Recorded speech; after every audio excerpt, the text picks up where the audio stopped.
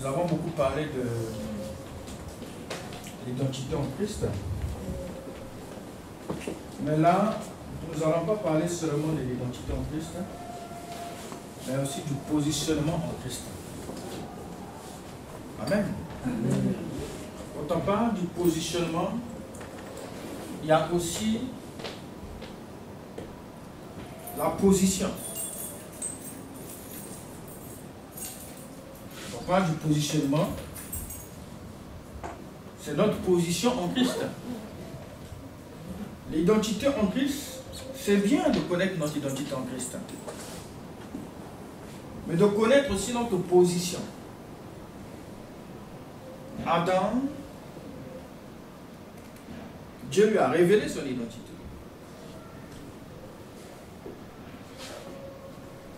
Et Dieu l'a placé justement dans le jardin d'Éden. Dieu a pris l'homme, il l'a mis là. Mais la Bible nous dit une chose, que dans ce positionnement,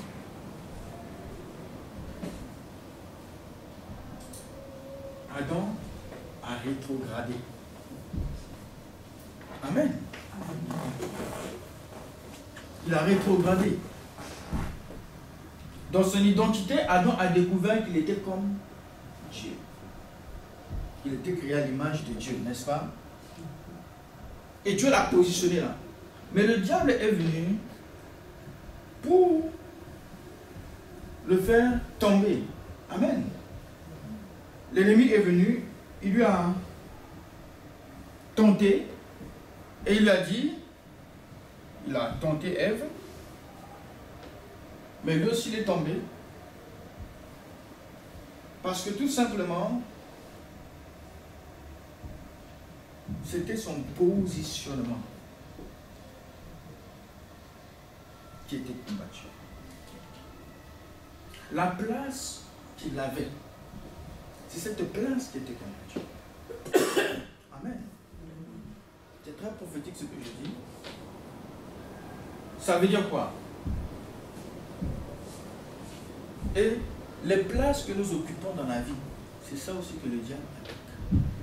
Que ce soit au travail, que ce soit dans le mariage, que ce soit dans tous les domaines, l'ennemi attaque justement ce que là où nous nous trouvons.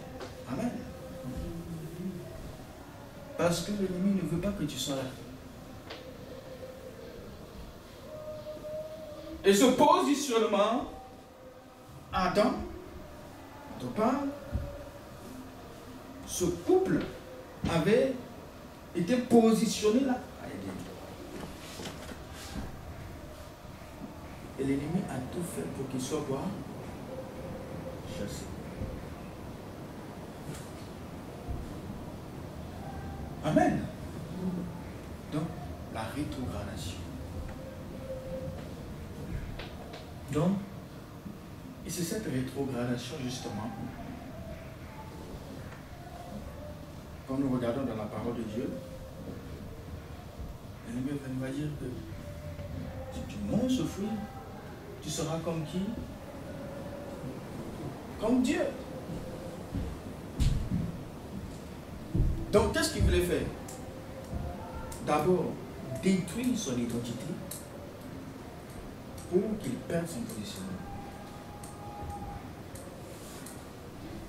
Donc, c'est pourquoi il est important de prêcher sur l'identité, parce que notre identité nous permet de savoir qui nous sommes.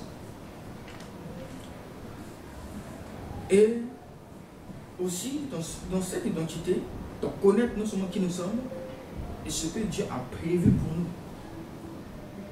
Mais ce que Dieu a prévu pour nous, c'est lui qui nous positionne en Christ. Nous avons été positionnés en Christ. Mais partout, dans toutes les situations, partout où nous nous trouvons, partout où nous nous trouvons, je dirais, là où Dieu nous positionne, nous devons aussi apprendre à, je dirais, à grandir aussi, je dirais, ou à émerger. Voilà. La Bible me dit qu'il n'avait pas encore plu. Mais cependant, Dieu a envoyé une rosée. Il n'y avait pas encore des arbres. Dieu a fait tout parce qu'il n'y avait pas d'homme pour cultiver. Donc ça veut dire qu'il y a du travail. Partout où Dieu te positionne, il y a du travail. Que ce soit même dans le mariage. Il y a toujours du travail à faire. Parfois on a l'impression, non, bon, je vais épouser un chrétien ou une chrétienne et tout va se faire comme ça. Non. Il est possible même que d'épouser même un chrétien, c'est un bandit. Mais oui, la conversion n'a pas été faite totalement. Il y a encore, mais oui, c'est vrai. Dès qu'il se retrouve dans un élément, parce que le problème c'est quoi? C'est l'atmosphère. Chacun de nous, nous avons notre élément. Le poisson, tu le mets sur la terre, il ne va pas te montrer ses œuvres. Mais si tu le mets dans l'eau, tu sauras qu'il est poisson. Donc chacun de nous, nous avons notre élément. Amen. Amen. Mais ce que Dieu veut que notre élément soit la présence de Dieu. Amen. Ça veut dire que si c'est la présence de Dieu, là ça va. Peu importe. Au moins, c'est dans la présence de Dieu qu'on sait si nous sommes chrétiens. Amen. Amen. Parce qu'il y a des chrétiens, un païen, si tu le ramènes, il vient, qu'est-ce qu'il va faire? Dans la présence de Dieu, il sera tout timide. Mais nous, chrétiens, dans la présence de Dieu, nous ne sommes pas timides. Amen. Amen. Nous allons chanter. Mais le chrétien, et plutôt le païen, il ne va pas faire la même chose. Parce que ce n'est pas encore son élément. Amen. Amen. Donc c'est cela. Donc il est important. Donc il y a toujours un travail à faire. Dans tout, il y a un travail à faire. Et ce travail, Dieu veut qu'on le fasse. Je veux que tu réalises que même dans ton mariage, il y a un travail à faire. L'un et l'autre doivent travailler. Amen. Amen. Chacun de nous devons travailler. Pour que ce que Dieu nous a donné, là où Dieu nous a mis, que tout aille pour le mieux. Amen. Toute la place, ou toutes les places, je dirais, que nous pouvons occuper dans la société, nous devons travailler. En d'autres termes, je dirais, Dieu a mis des grâces en nous et il veut que nous puissions apporter quelque chose de plus. Il y a un résultat que Dieu attend dans ton mariage. Il y a un résultat que Dieu attend en tant qu'enfant dans une famille. Il y a un résultat que Dieu attend en tant que frère ou sœur dans une famille. Il y a un résultat que Dieu attend même dans une église. En tant que membre, on peut dire membre d'une église. Il y a un résultat que Dieu attend en chacun de nous. Et j'étais assis sur le Saint-Esprit, quand il m'a parlé de ça. Mais pendant qu'on a parlé, l'Esprit est venu à commencer à m'expliquer ces choses. Mais tout à l'heure, j'étais là, l'Esprit de Dieu m'expliquait quelque chose. En parlant des grâces, parfois, des intelligences qu'il donne à chacun. Des grâces que Dieu met en chacun de nous. Et justement, ce qui manque parfois dans les grâces que nous avons, c'est les personnes qui croient en nous. Vous comprenez? Ça veut dire que tu peux avoir beaucoup de projets. Mais si tu as personne qui croit en toi, tu auras du mal. Parce que tu peux avoir des projets. Mais si tu as quelqu'un qui croit en toi, il y aura quelqu'un qui va te soutenir. Peut-être que ton projet, c'est peut-être des finances qu'il a besoin. Et Dieu va envoyer des personnes. C'est pourquoi, bien aimé, ce que je vais dire, c'est quoi? C'est que nous avons des grâces en chacun de nous. Mais ces grâces, Dieu veut les développer. Il avait mis l'homme pour le cultiver. Et Dieu aussi veut faire un travail en chacun de nous. Vous savez, Quand nous regardons aujourd'hui, nous regardons les serviteurs de Dieu, nous regardons tout. Au fait, nous avons parfois mal compris ce que Dieu veut faire. Servir le Seigneur, ce n'est pas seulement la prédication. Amen. Amen. Ce n'est pas seulement la prédication. Vous savez, même le chant, c'est aussi servir le Seigneur. Mais le problème est que beaucoup ne considèrent pas. C'est-à-dire, l'homme a tendance souvent à ne pas considérer ce qu'il a. Parce qu'il ne comprend pas. Et c'est là le problème que nous avons malheureusement. Mais servir le Seigneur, ce n'est pas que la prédication. Amen. Amen. Amen. Jésus est Seigneur. Il a dit que Dieu a envoyé le vent. Il a envoyé le encore le feu. Le tremblement de terre. Après, il y avait un vent léger. Dieu était dans le vent tout doux et léger. Amen. Amen. Amen. Jésus est Seigneur. Il est Seigneur.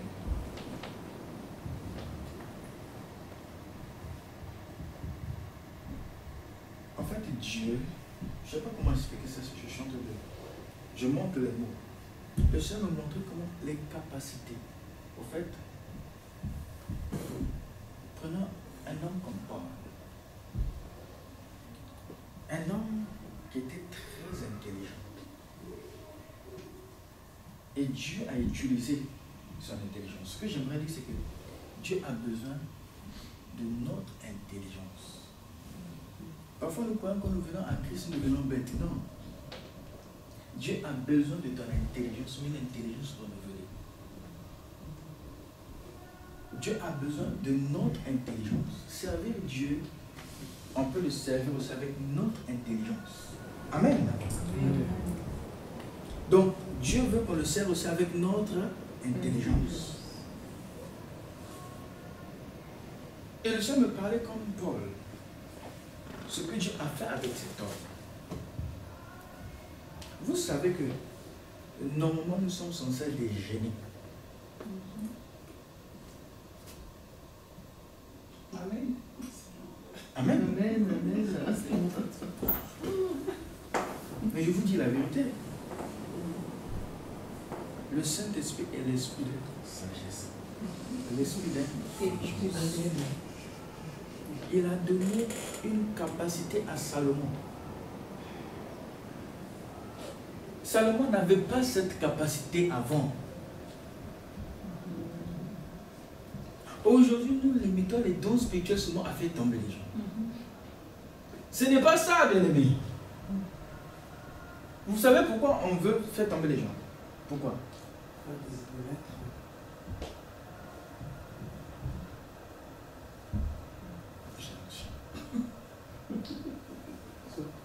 Mais si! Mais c'est comme ça. Mais aujourd'hui, c'est ce qu'on veut. Aujourd'hui, si tu ne tombes pas. Ben oui, ça existe. C'est pas des blagues, hein? Mais si, mais sauf que il y a voilà, manque d'amour, il y a l'orgueil. L'orgueil.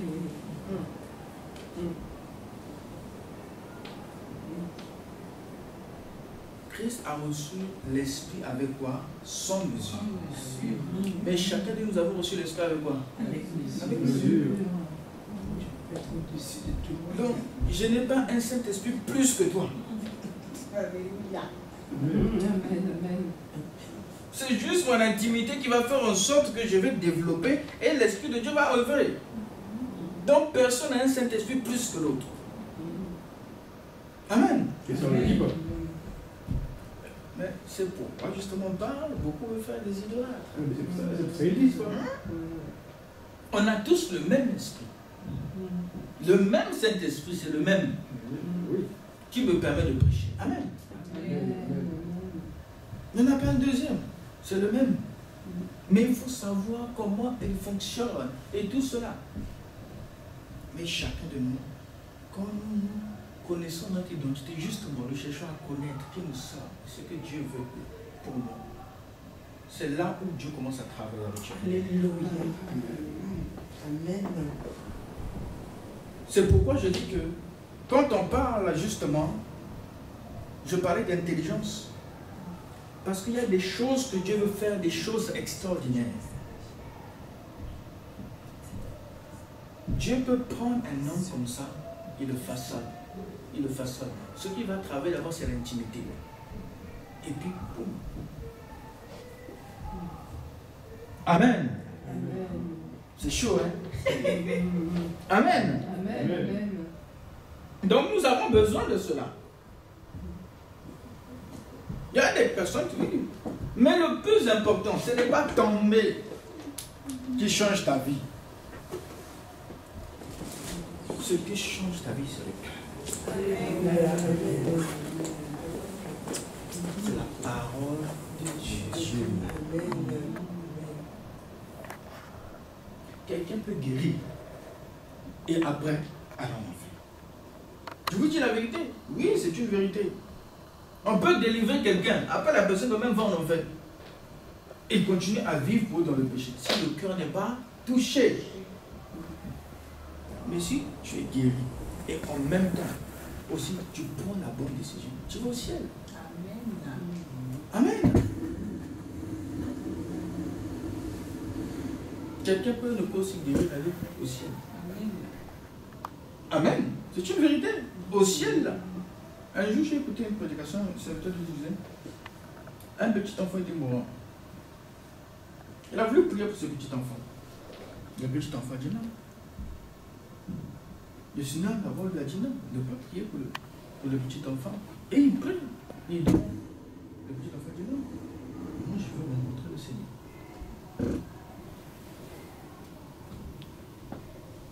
Il dit il va rencontrer le Seigneur. Et il ne pouvait rien faire. C'était triste pour lui parce qu'il n'avait que 5 ans. Mais ce petit enfant avait développé une telle intimité avec le Seigneur qu'il parlait avec Dieu. Vous comprenez? Et que Dieu n'a pas voulu le laisser sur la terre. Vous savez, Dieu est jaloux. Donc il y a des choses comme ça qui arrivent parfois. Mais ça ne veut pas dire que quand nous parlons de maladie, que voilà, parce que le diable utilise ça. Et le diable utilise des problèmes pour nous déstabiliser. Mais nous devons monter, je suis au-dessus de cela. Amen. Maintenant, quand je parle d'identité, pourquoi j'ai dit tout à l'heure ressembler à Jésus? Parce que ça m'a rappelé une chose. Vous savez, il y a des personnes que nous voyons dans le monde. Parfois, nous les regardons, l'image que nous avons, c'est quoi? Tu regardes une personne, mais cependant, c'est un monstre. C'est une vérité, avec les yeux de l'esprit. Mais il y a aussi des personnes, non seulement en regardant la personne, mais tu regardes une personne et tu vois la vie de la personne. Les yeux, ce sont les yeux du diable. C'est ce que le monde fait. Mais cependant, nous, Dieu nous a créés à son image et à sa ressemblance. Amen. À son image et à sa ressemblance. Donc si on parle de la ressemblance de Dieu, la ressemblance avec Christ, cette ressemblance, c'est ce que Dieu veut. Ça veut dire que nous nous ressemblons à Dieu. Parce que c'est Christ qui habite en nous. Celui qui habite en toi, c'est celui-là que les hommes voient. Parce qu'en réalité, dans l'homme, c'est l'esprit. Amen. Ça veut dire que tu as la lumière, tu vas marcher, on va voir quoi? La lumière. Si quelqu'un t'aime, on va voir quoi? Mais maintenant, l'ennemi cherche à nous attrister, à faire certaines choses. pour que cette beauté intérieure que nous avons, cette beauté que Dieu a mis en nous, ne puisse pas se manifester. Bien-aimés, la grâce de Dieu est dans chacun de nous. Et si nous comprenons cela, nous allons voir la main de Dieu. Amen. Dieu cherche en ce temps-ci de la fin des personnes qui vont révolutionner le monde, même avec leur intelligence. Il va utiliser les hommes avec leur intelligence.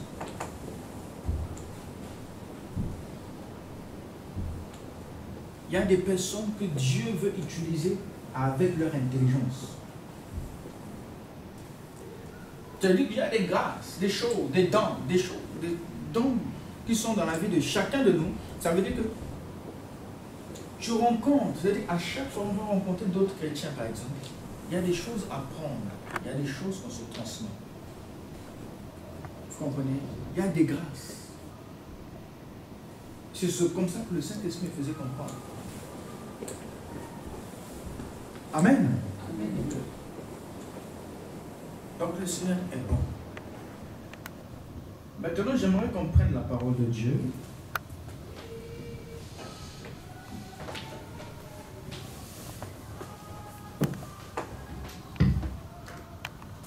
On va prendre la parole de Dieu.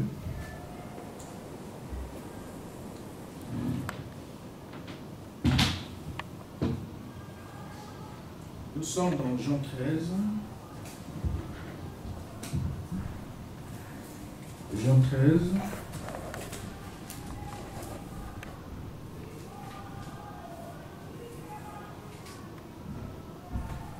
Bienvenue Saint-Esprit. Gloire à toi Seigneur.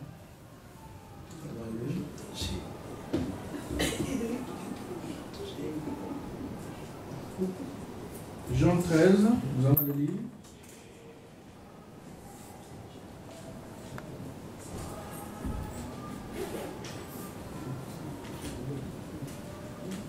J'ai compris une chose, à chaque fois que le Seigneur m'envoie, je viens ici, ce que le Seigneur me permet. Il y a des choses que Dieu m'a parlé, que je suis en train de méditer encore, que je cherche à comprendre. Mais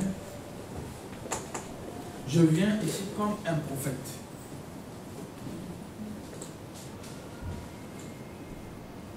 Les choses que j'annonce, que je parle, que je dis, à chaque fois, ces paroles-ci vont nous aider. Et je voulais aussi dire une chose que écoutons la parole de Dieu, c'est bien. C'est comme à l'école. Nous sommes comme à l'école. Mais Dieu veut aussi qu'on mette en pratique la parole de Dieu. Et si nous mettons en pratique la parole de Dieu, nous allons voir la gloire de Dieu. Et le Seigneur veut qu'on mette en pratique cette parole. Amen. Donc nous sommes dans Jean 13. À partir du premier verset, nous allons le lire. Avant la fête de Pâques, Jésus, sachant que son heure était venue de passer de ce monde au Père, et ayant aimé les siens qui étaient dans le monde, mit le comble à son amour pour eux. Et après le souper, lorsque le diable avait déjà inspiré au cœur de Judas Iscariote, fils de Simon, le dessein de le livrer, Jésus qui savait que le Père avait remis toutes choses entre ses mains, qu'il était venu de Dieu et qui s'en allait à Dieu, se leva de table, ôta ses vêtements et prit un linge dont il se ceignit. Ensuite, il versa de l'eau dans un bassin et il se mit à laver les pieds des disciples et à les essuyer avec le linge dont il était saint. Il vint donc à Simon Pierre. Et Pierre lui dit, toi, Seigneur, tu me laves les pieds. Jésus lui répondit, ce que je fais, tu ne le comprends pas maintenant, mais tu le comprends bientôt. Tu le comprendras bientôt. Pierre lui dit, non, jamais, tu ne me laveras les pieds. Jésus répondit, si je ne te lave, tu n'auras point de part avec moi. Simon Pierre lui dit, Seigneur, non seulement les pieds, mais encore les mains et la tête. Et Jésus lui dit, celui qui est lavé n'a besoin que de laver ses pieds pour être entièrement pur. Et vous êtes purs, mais non pas tous, car il connaissait celui qui le livrait. C'est pourquoi il dit, vous n'êtes pas tous purs. Après qu'il leur eut lavé les pieds et qu'il eut pris ses vêtements, il se remit à table et leur dit, comprenez-vous ce que je vous ai fait? Vous m'appelez maître et Seigneur, et vous dites bien, car je le suis. Si donc je vous ai lavé les pieds, moi le Seigneur et le maître, vous devez aussi vous laver les pieds les uns aux autres, car je vous ai donné un exemple afin que vous fassiez comme je vous ai fait. En vérité, je vous le dis, le serviteur n'est pas plus grand que son Seigneur, ni l'apôtre plus grand que celui qui l'a envoyé. Si vous savez ces choses, vous êtes heureux, pourvu que vous les pratiquez. Amen. Il dit, si vous savez ces choses, vous êtes quoi? Pourvu que vous les pratiquiez. Nous allons prendre encore un autre passage dans le livre de Luc. Luc 7. Aujourd'hui, je vais prêcher avec vous. Vous allez prêcher avec moi.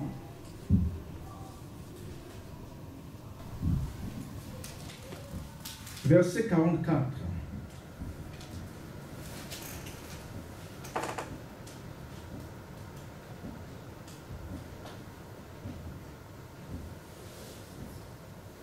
La Bible dit,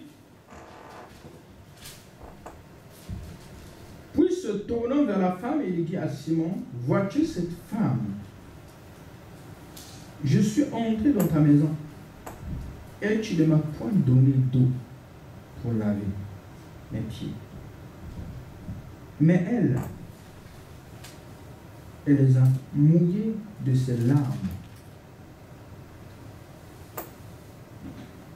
et les a essuyés avec ses cheveux. Et tu ne m'as point donné de baiser. Mais elle, depuis que je suis entré, elle n'a point cessé de me baiser les pieds. Tu n'as pas versé d'huile sur ma tête. Mais elle a versé du parfum sur mes pieds. C'est pourquoi, je te le dis, ses nombreux péchés ont été pardonnés, car elle a beaucoup aimé. Mais celui à qui on pardonne peu, un peu, et il dit à la femme, tes péchés sont pardonnés. Amen. Nous allons prendre encore un autre passage. Ésaïe 59.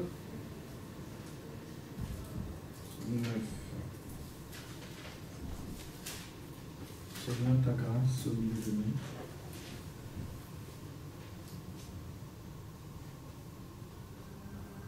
On peut le lire. Non, la main de l'Éternel n'est pas trop courte pour sauver, ni son oreille trop dure pour entendre. Mais ce sont vos crimes qui mettent une séparation entre vous et votre Dieu. Ce sont vos péchés qui vous cachent sa face et l'empêchent de vous écouter. car vos mains sont souillées de sang et vos doigts de crime. Vos lèvres profèrent le mensonge, votre langue fait entendre l'iniquité. Amen.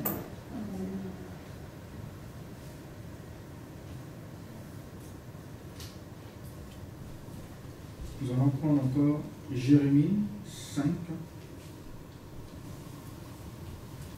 À partir du verset 25, la Bible dit, c'est à cause de vos iniquités que ces dispensations n'ont pas lieu. Ce sont vos péchés qui vous privent de ces biens. Amen. Alors voici un peu ce que ces versets que le Seigneur a permis que nous puissions prendre.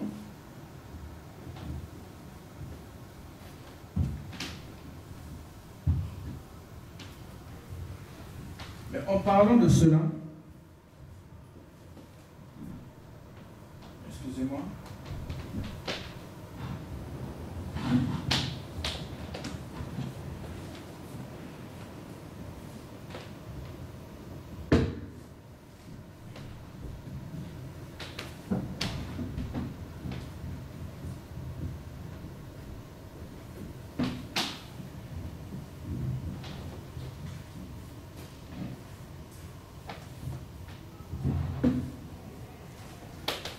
Tout à l'heure, j'expliquais, avant de rentrer dans ce que j'ai lu, je parlais du positionnement. J'expliquais que comment, au commencement, la Bible dit que Adam et Ève étaient où? Dans le jardin, n'est-ce pas? Mais cependant, quand ils ont péché,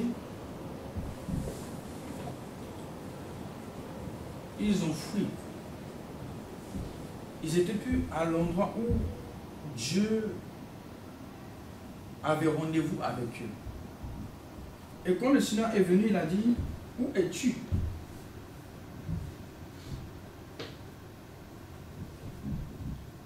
Ils ont répondu que... C'est quoi la réponse qu'ils ont donnée?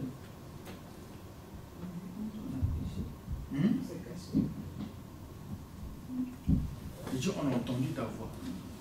Mais, voilà. Parce qu'ils étaient dépouillés de la ressemblance qu'ils avaient. Et quand ils ont été dépouillés de cette ressemblance, ils se sont trouvés nus. Et là, maintenant, qu'est-ce qu'ils ont fait? Ils ont fui la présence de Dieu.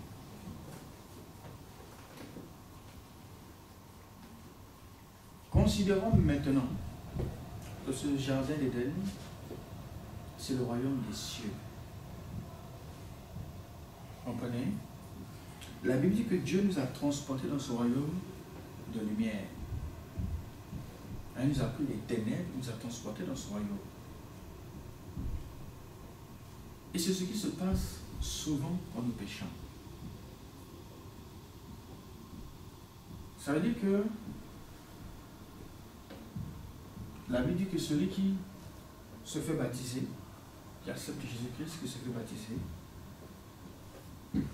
il entre dans le royaume, n'est-ce pas?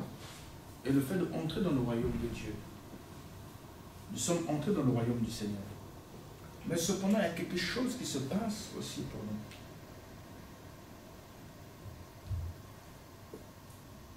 Il y a quelque chose qui se passe. Quand nous marchons avec le Seigneur, nous sommes là. C'est pareil. C'est la même chose. Nous sommes comme Adam et Ève dans le jardin. Comme ce couple qui était dans le jardin, nous sommes aussi pareils. Mais cependant, donc ça veut dire que nous sommes là, et c'est dans le royaume où Dieu communique avec nous. Donc Dieu, en vérité, veut nous voir. Mais cependant, quelque chose se passe spirituellement. Je ne parle pas, vous savez, ce n'est pas d'abord le fait d'être présent dans une église, mais c'est le fait d'être présent d'abord au ciel. Ça veut dire Parce qu'aujourd'hui, on peut voir dans l'église parfois, l'église peut être remplie de païens. Vous comprenez? On peut être remplie de païens. Des païens peuvent venir, on peut aussi, les païens peuvent se cacher. Mais sans savoir, il y a des personnes, des païens qui sont pieux. Mais cependant, ils n'ont pas encore rencontré le Seigneur. Donc ça existe. Mais ce que Dieu veut, selon notre positionnement en Christ, parce que c'est selon le positionnement que nous avons en Christ, c'est là où nous pouvons manifester l'autorité contre Satan, sur Satan. Donc ça veut dire que dans ce jardin d'Éden, ils étaient là. Mais dès qu'ils ont péché, quelque chose s'est passé. Le Seigneur était obligé de les chercher. Où es-tu? Parce que quand on lit la parole, on se pose la question, mais Dieu est omniprésent. Comment ça se fait? Il pose la question, où es-tu? Et pourtant, il voit tout. Mais le fait de poser la question, c'est aussi une manière aussi de nous ramener, nous, à nous poser la question. Je donne un exemple. À chaque fois, Dieu ne veut pas nous faire culpabiliser, mais il veut nous pousser à la repentance. Ça veut dire que